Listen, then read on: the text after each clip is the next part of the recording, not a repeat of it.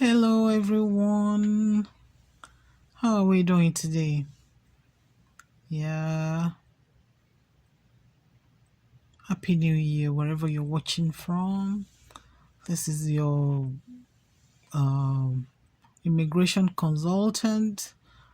Falakemi Praise is my name, and this is my YouTube channel, your YouTube channel.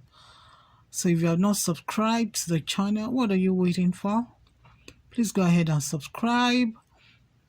If you find the content interesting, please share, and leave your comments, okay? Leave your comments. So how have you been? Since I'm sure you'll be wondering why it took so long for me to upload a new video. Oh, yeah, I wanted to be something intriguing, something exciting when I upload another one. That's why. So today, to start off the year, I want to share the lessons I've learned migrating to America, and if this is going to help somebody out there too. But first and foremost is I want you to think before you migrate, because you don't want to come to a place where you would feel frustrated. Were it not for the people who helped me to come to America, I would have been very frustrated coming to America, because it wasn't easy. I won the lottery visa 2000 in year 1999. Yes, that's been years. And processing the visa itself was a whole lot of process, going for the interview, waiting for approval, paying the money for the visa. And then once you get the visa to America, if you're not flying the American flights directly, you have to get a transit visa to the country where the plane bringing you, the flight bringing you would pass through, and then where you're going to stay in America. Because once you get the lottery visa, or once you get any visa, you have to ensure that you have a place where you're going to be staying. For me, I want to say, God ordered my steps, and he planned everything for me, let me just say.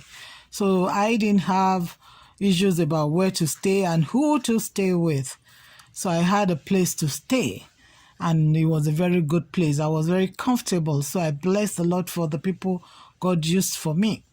Were it not for them, my stay will have been the first few months will have been very hard, because once you get to America, I want to tell you, you are on your own.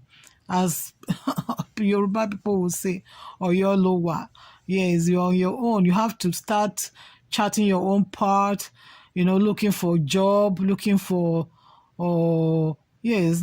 job, looking for information and things like that. So one of the few things that really helped me was because early in my life, I had that habit of going to the library. You have to go to the library or resource center. They have a lot of resource center in America where you can get a lot of information. So my first job that I got with a temp agency.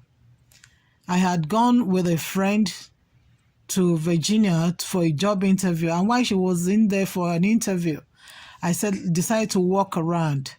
While walking around, and one other thing is, you want to dress the way you want to be addressed, because one of the first job I got through my dressing.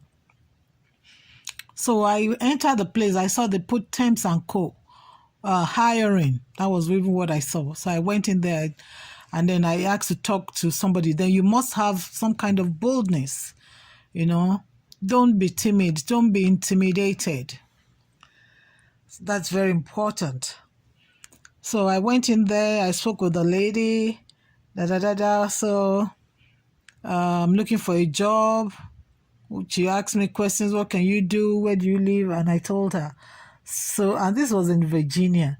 So she said, no, we have an office in DC. Since you live in DC, I'm going to schedule an appointment for you to come on Monday morning to DC, or to our DC office.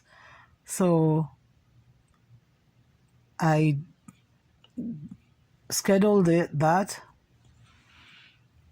And then the next thing was, on Monday morning, I made sure that I was dressed in my best outfit. It's an agency where you go and register, and then some offices will call in. When they call the agency, maybe one of their staff didn't come that day, they will now request you to come, like clerical work, answering phones and things like that, administrative works generally. So when I entered the place for the interview, the way I was dressed, the lady, the first thing she asked me is, do you dress like this every day? And I was like, yes. She said, if you dress like this every day, please come every day. So that's another lesson. Make sure you are always well dressed. You want to be dressed the way you want to be addressed. Many people always say, big cloth is not a big man shape or something. It doesn't have to be big, but your appearance, the way you put whatever you have together, really, really matters a lot. Your coordination, and the smartness and the neatness, they really matter. So you want to be sure of that. So I started going there, and it was a good experience. But one of the experiences I remember that I had was one day they sent me to an office. And in that office, they normally close at 6 o'clock. So when I got there,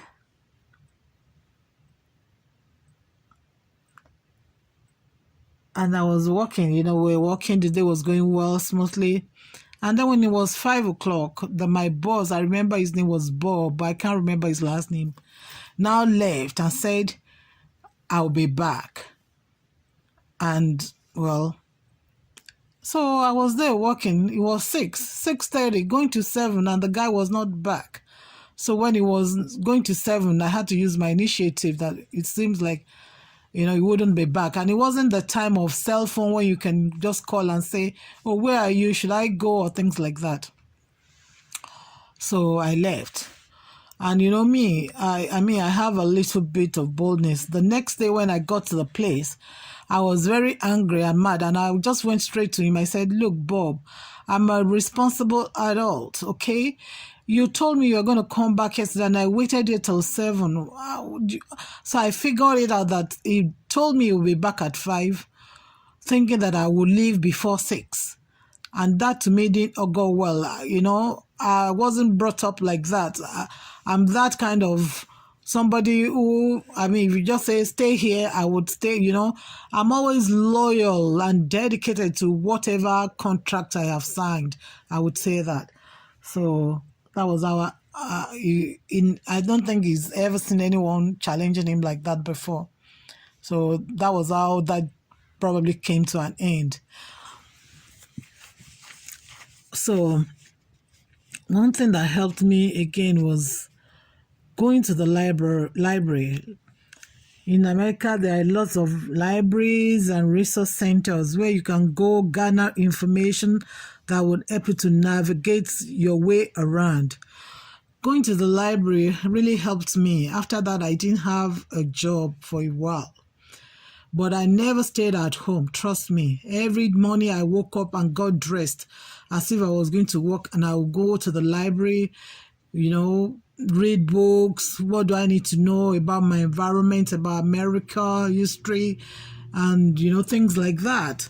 Sometimes I will go to the museum, they call it Smithsonian. And so I was able to, and they have, they noticed my presence in the library. And then one day they were doing courses for computer. That was when computer was starting, to gain ground. And they were doing training for computer training at the DC Public Library in downtown DC. So the lady just came to me and said, I noticed you come to the library often. Would you, they are looking for people to train downtown DC for introduction to computer science, Microsoft, and things like the Word, Excel access, and a lot of.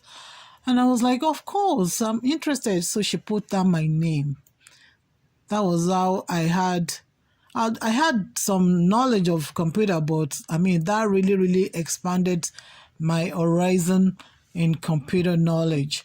I got trained. They gave us certificate at the end of the training, and I could say then that I was a pro, because that really enabled me to get my real first job at geographic. What was it called? Anyway, so I got my first job there, my real first job, you can imagine. And so that's one.